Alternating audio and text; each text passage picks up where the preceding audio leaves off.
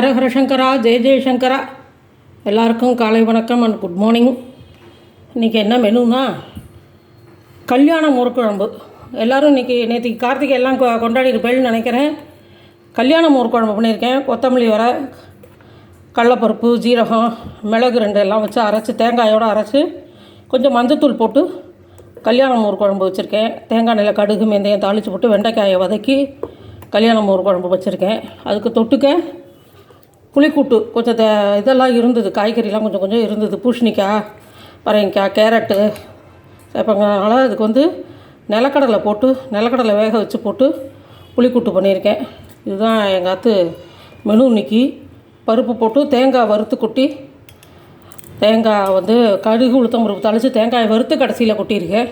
காய்கறிலாம் கொஞ்சமாக தண்ணி, 1/2 டம்ளர் தண்ணி விட்டு கிண்ணத்தில் வேக வச்சுவிட்டு, அதுக்கப்புறம் உப்பு, அதுக்கு கொஞ்சமாக சாம்பார் பொடி போட்டால் போகிறோம். சாம்பார் பொடி, ஆனால் சாம்பாருக்கு போடுற அளவு பருப்பு போடணும். 100 கிராம் பருப்பு, துவரம் பருப்பு வேக வச்சுக்கணும்.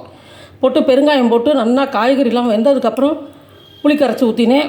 அப்புறம் குக்கரில் வேக வச்சுருந்த நிலக்கடலை, துவரம் பருப்பு அதெல்லாம் இதில் போட்டு, சேப்பங்கிழங்கு ஒன்று வேக வச்சுருந்தேன், அதையும் இதில் போட்டுட்டு கொஞ்சமாக புளிக்கூட்டு மோர்க்குழம்புக்கு எல்லா காயும் போட்டு இதில் கொஞ்சம் காய், கேரட்டு, பூசணிக்காய் அதெல்லாம் போட்டு, இது வெண்டைக்காய் வதக்கி தேங்காய் எண்ணெயில் வதக்கி போட்டு தேங்காய், கொத்தமல்லி வர, கடலப்பருப்பு, மிளகா வத்தல், ஜீரகம், 2 மிளகு, மிளகா வத்தல்னால் க்ரீன் சில்லி இல்லை, ரெட் சில்லி 2 வச்சு அரைச்சி தேங்காயோடு அரைச்சி கொஞ்சம் மஞ்சத்தூள் போட்டு மோரில் கலக்கி கடுகு, வெந்தயம், வெண்டைக்காய் அதெல்லாம் போட்டு தாளித்து அந்த மோர் கலவையை ஊற்றி இதை செஞ்சுருக்கேன்.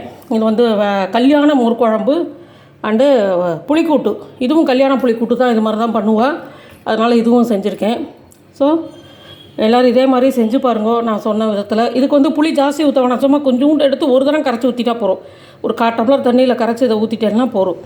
நல்லா வெந்துடும். இது வெந்ததுக்கப்புறம் இந்த கடுகு, உளுத்த பருப்பு, தேங்காய் எல்லாத்தையும் வறுத்து இதில் கொட்டிடணும்.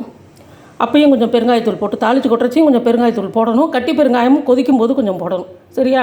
இதெல்லாம் தான் சின்ன சீக்ரெட். இது சாதம், அவ்வளோதான். மோர்க்குழம்பு, புளிக்கூட்டு, சாதம், அவ்வளோதான் எங்கள் அத்தில் இன்றைக்கி.